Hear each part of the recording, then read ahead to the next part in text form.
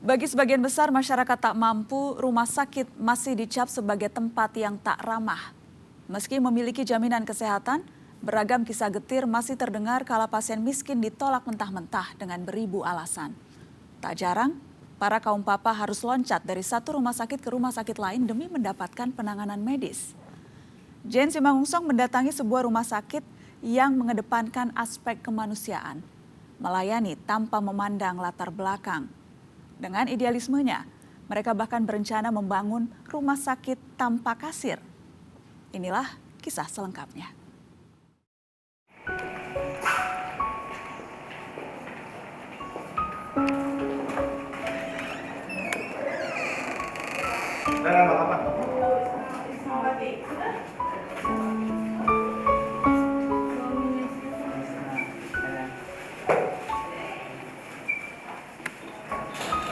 Aditya, warga Cengkareng, Jakarta Barat ini menjenguk istrinya yang tengah terbaring lemah.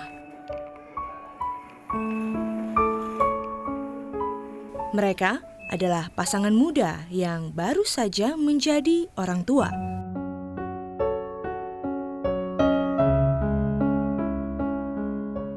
Mas Aditya usia berapa kalau boleh tahu? Usia 18 tahun. 18 tahun. Oke, kesini membawa siapa nih? Istri. Istri. Kenapa istrinya, Mas Aditya? Pendarahan. Di usia muda, Aditya harus berhadapan dengan persoalan medis yang membutuhkan biaya tak sedikit. Belum lama lulus SMA, Aditya harus bertanggung jawab pada urusan keluarga.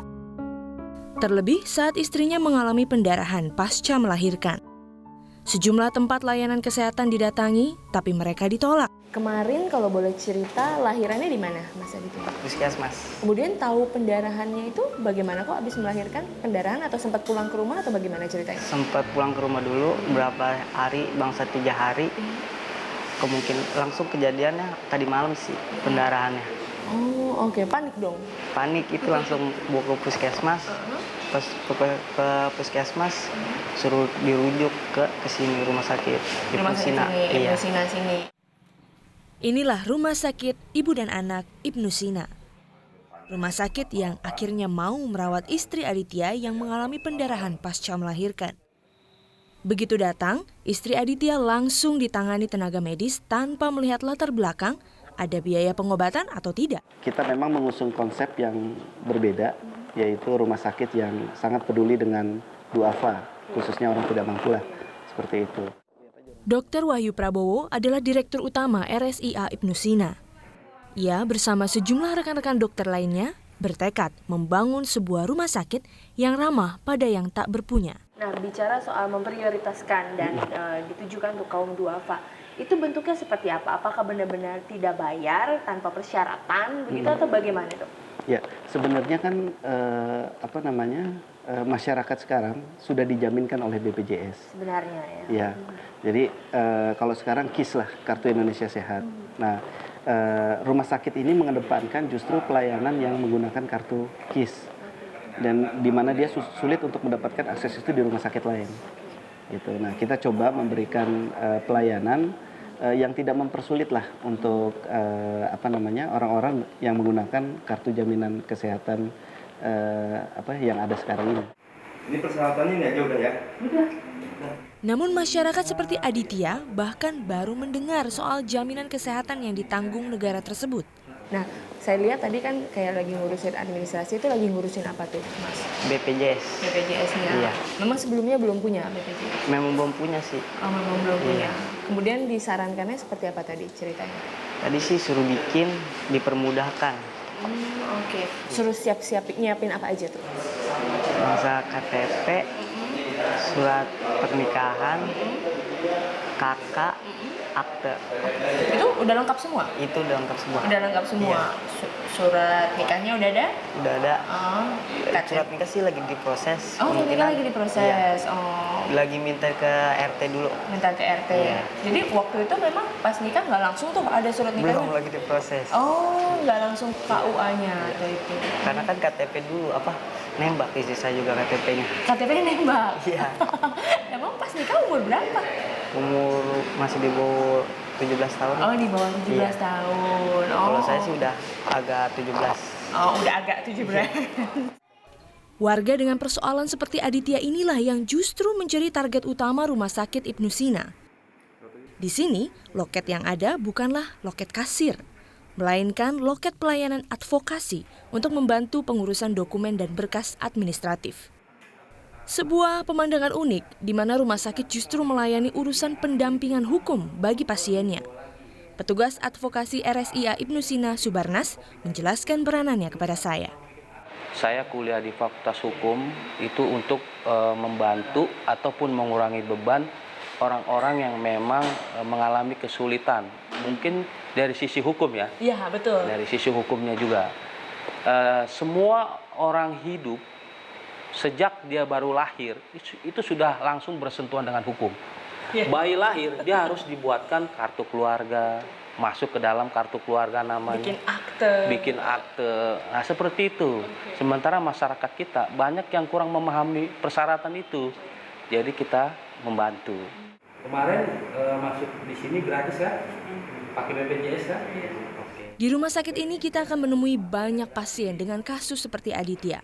Bermasalah dengan identitas, pendapatan rendah, namun butuh pertolongan medis. Untuk menjadi peserta pasien yang gratis, itu kan persyaratannya harus punya KTP. Betul. Harus punya kartu keluarga. Nah, ada banyak pasien yang tidak memiliki identitas itu, kita advokasi, kita kawal sampai secepatnya punya identitas itu. Nah Pak, kan katanya tadi banyak yang datang dengan tanpa identitas. Mereka biasanya siapa aja sih Pak, kok bisa sampai ada yang dengan tanpa identitas dan perlu diadvokasi lah ibaratnya? Biasanya dari pengalaman yang sudah kita dapatkan adalah gelandangan.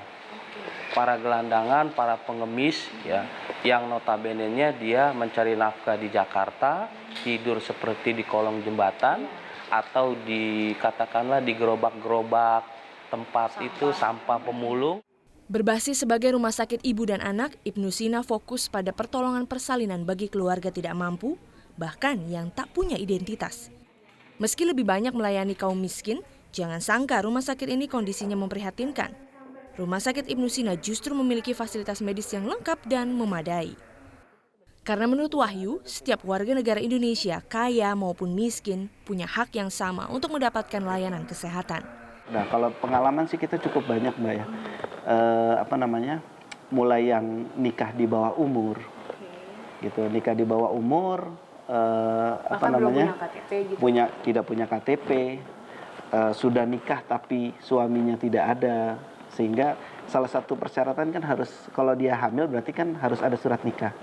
Gitu. Tetapi dengan suaminya tidak ada, misalnya korban tanda kutip perkosaan seperti itu, nah itu sebenarnya bisa dijaminkan kalau misalnya dilaporkan ke polisi sebagai korban kejahatan. Gitu. Jadi sebenarnya setiap warga negara Indonesia yang dia sudah tercatat ataupun belum dan dia tinggal di Indonesia ini bisa dijaminkan oleh pemerintah.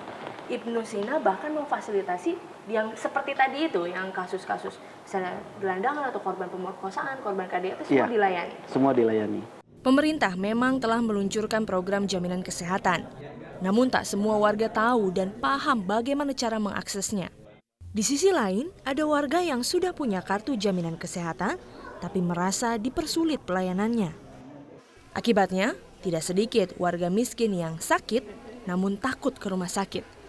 Takut pada sistem dan biaya pengobatan. Namun bagi Subarnas, masalah ini justru dilihatnya sebagai tantangan. Dulu orang sakit takut ke rumah sakit karena persoalannya nggak punya biaya, takut biaya. Kemudian nggak punya kelengkapan identitas, ya kan? Sehingga akhirnya dia tidak mau ke rumah sakit.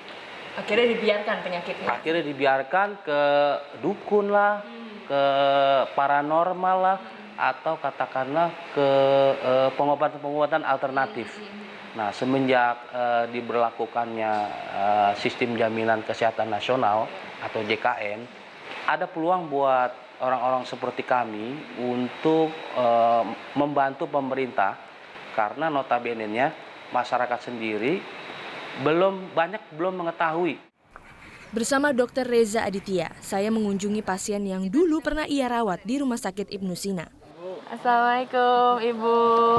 Pasien miskin yang dulu dibantunya walau tak punya jaminan kesehatan apapun. Usia Ibu berapa memang? 63. Sudah 63 Iya. tahun. Tapi Ibu sudah merasa lebih sehat sekarang ya? Sehat, alhamdulillah. Sehat. Makan juga dia doyan, kalau telat makan anak saya cerewet. Mama makan gitu. Emang tadinya lagi bapak habis meninggal tuh saya emang makan tuh males, jadi nggak makan gitu. Makanya mahnya kronis. Iya. Nah Dok, masyarakat seperti inikah yang menjadi target ibaratnya untuk ditolong dan dilayani? Intinya masyarakat itu sebenarnya sangat tertolong, hanya saja kendalanya informasi itu tidak merata ke seluruh lapisan masyarakat.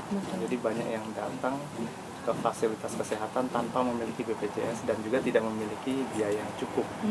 Nah, untuk pasien-pasien seperti itu tentunya kita lakukan pengawalan, tapi tetap kita lakukan upaya pengobatan.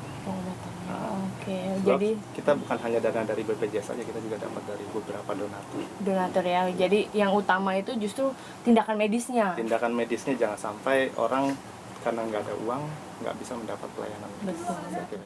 Ketika rumah sakit berlomba-lomba mengutamakan urusan administrasi, bahkan tak jarang ada yang menolak melayani pasien yang tak punya biaya, rumah sakit ini justru tak malu disebut sebagai rumah sakit kaum miskin. Mereka berangan suatu hari kelak, rumah sakitnya akan menjadi rumah sakit tanpa kasir yang lebih besar lagi, yang mampu memberi pertolongan pada banyak orang tanpa membeda-bedakan.